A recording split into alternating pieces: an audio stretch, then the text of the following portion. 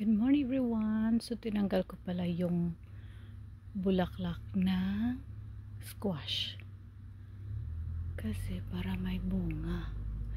As of now wala pang nakasurvive na bunga. Ipapollinate ko sana, ikaso ito siya, ang liit-liit pa niya, so hindi ko pa pollinate, hindi pa bukadkad yung flower, kaya maghintay ako na may mabukadkad na may fruit. Pollinate ko, i-save ko lang to sa refrigerator, sana hindi masira. I mean, ilagay ko pala sa freezer, at saka i-pollinate ko siya pag meron ng bunga, kasi as of now hindi nakasurvive yung bunga last time.